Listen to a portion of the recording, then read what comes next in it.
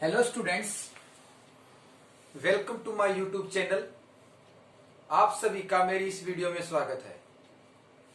जैसा कि हम अकाउंट की सीरीज चला चुके हैं, चैप्टर हमारा सेकंड है अकाउंटिंग पार्टनरशिप फ्रॉम फंडामेंटल्स की 5 वीडियो हम अपलोड कर चुके हैं।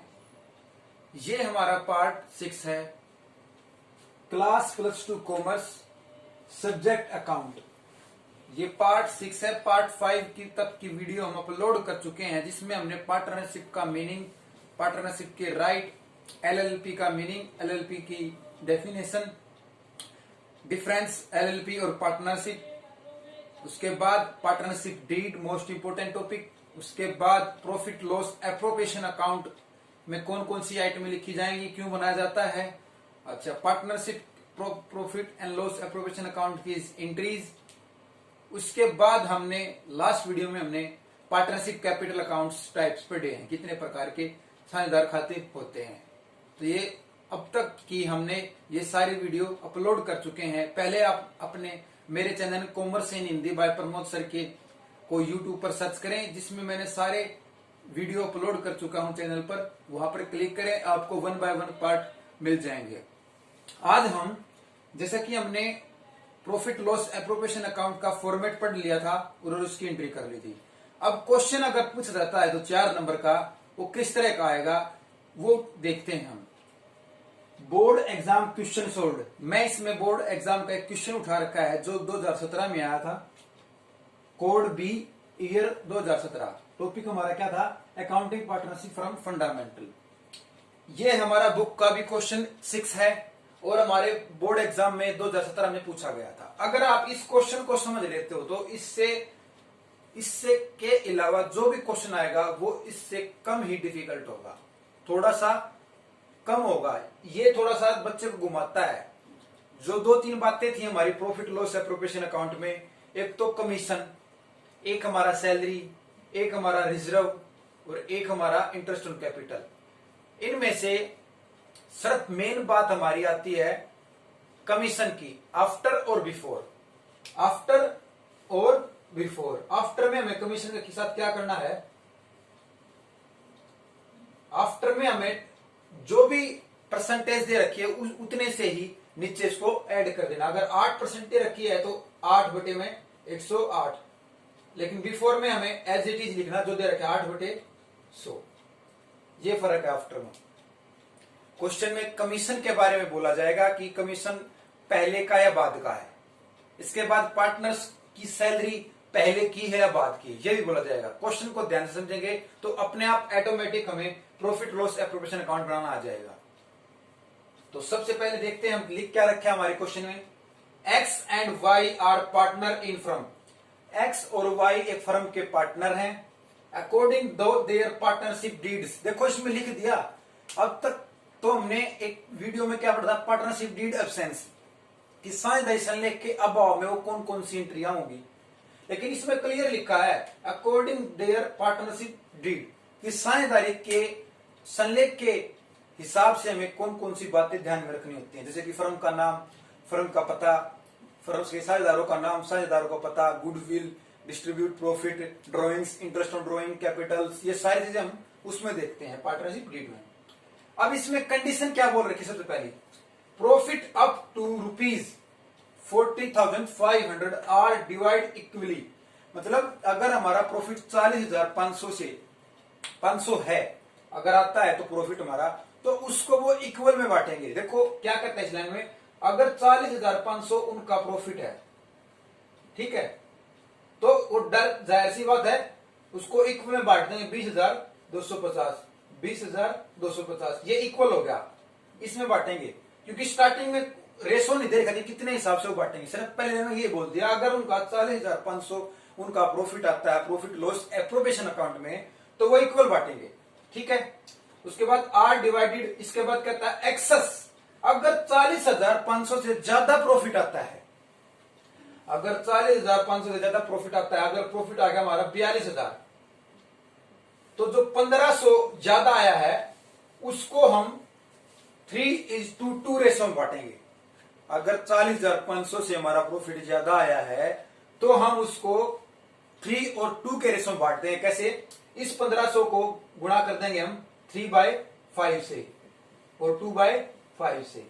ठीक है, तो जितना भी आएगा ये x का और ये y का।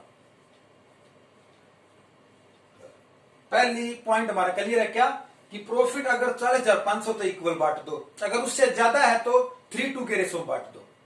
सेकंड लाइन क्या कहता है? x is initial to get an annual salary of ₹7,500 कि जो x है उसको पूरे साल की सैलरी 7500 यानी 7,500 मिलेगी।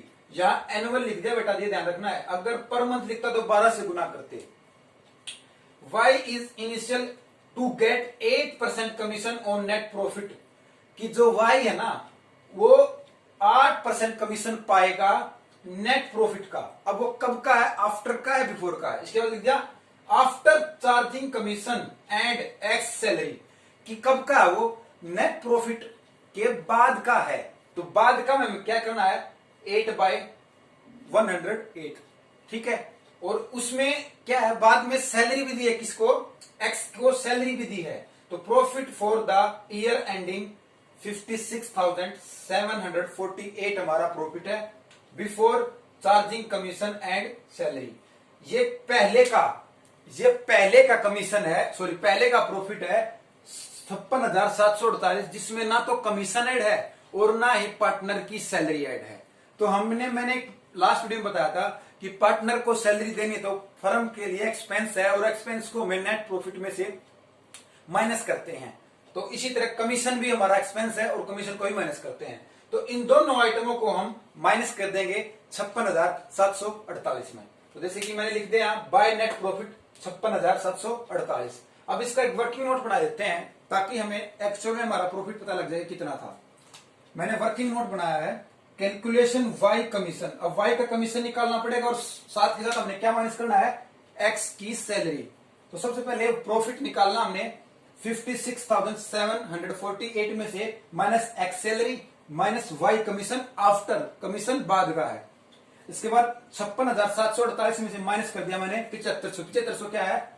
x की सैलरी। उसके बाद हमने हमारा रिमेनिंग बैलेंस कितना बच गया? 49,248। अब इस पे कमीशन देना उन्होंने कितना? 8%। 49,248 का 8%, 8/108 3,648 हमारा क्या आ गया? कमीशन y का। और ये कमीशन भी किसमें से माइनस करना है? इसी प्रॉफिट में से। तो टोटल हमारा अमाउंट कितना देगा? 45,600 हमारा एक्चुअल प्रॉफिट बच जाएगा जो कि ये रहा। ठीक है, अब इन्होंने कहा था सेकंड कंडीशन में कि अगर हमारा 40,500 हमारा प्रॉफिट आता है तो उसको इक्वल बांट दो। अब इसमें देखा जाए तो कितना ज्यादा अमाउंट आया है? 500 कितना आया है? सॉरी 5,100 5100 रुपए हमारा ज्यादा आया। कितना? 40,500 में से। देखो 40,500 को तो हम इक्वल बांट देंगे। ठीक है, इसके बाद ये हमारा अमाउंट कितना है? 45,600। तो इसको इसमें से माइनस करेंगे तो कितना आ जाएगा? 5100। अब 5100 ज्यादा आया है तो इस 5100 को हम किस में बांटेंगे? 3 और 2 के रेशो में। 3/5 और 5100 किस में बांटेंगे? 2/5। ये कितना अमाउंट आएगा ये देखते हैं। तो देखो अब हमारा एक्चुअल प्रॉफिट बच गया था 45,600। तो मैंने लिख दिया डिवाइड प्रॉफिट 40,500 20,250 20,250 जो कि पहली कंडीशन में बोला गया था कि इक्वल बांटना है। फिर 5100 को 3/2 के रेशो में बांट दिया 3,060 2,040। ये हमारा दोनों का एक्स और वाई का अब प्रॉफिट बच गया। अब हम लिखते हैं यहाँ एक्स को सैलरी कितनी देनी थी? 7500। किसमें से माइनस करना था? अगर आप ये दोनों आइटम ना लिख के डायरेक्ट यहाँ कितना लिख देते? 45,600 तो भी आपका आंसर वो आ सकता था क्योंकि क्वेश्चन में हमें निकाल रखा है 45,600। इसमें से हमने ये सारी चीजें माइनस कर चुके हैं। लेकिन अच्छे से ये ऐसे होता है ताकि बाय नेट प्रॉफिट 56,748 में से हमने सैलरी माइनस करनी है और कमीशन भी। वाई का कमीशन कितना था? 3,648 यही माइनस कर दिया। अब प्रॉफिट हमारा कितना होता था? ये वाला। अब इसमें से दोनों कितना कितना मिलेगा? 20,250 और 3,060 को जोड़ेंगे तो हमारा कितना अमाउंट हो जाएगा? 23,310। इसी तरह 20,250 में से 2,040 जोड़ेंगे तो कितना बच जाएगा 22,290। टोटल हमारा 45,600 आ गया, जो कि ये पहली ए और बी कंडीशन कही थी। बिल्कुल आसानी से हमारा क्वेश्चन हो चुका है। सिर्फ आफ्टर और बिफोर का ध्यान रखना है, किसी भी क्वेश्चन में अगर आपसे पूछा जाए तो यही आपके बोर्ड एग्जाम में आएगा। मैं आई होप कि आपको ये समझ में आएगा। अगर किसी प्रकार से कोई बात समझ ना आए तो कमेंट बॉक्स में पूछ सकते हो। धन्यवाद।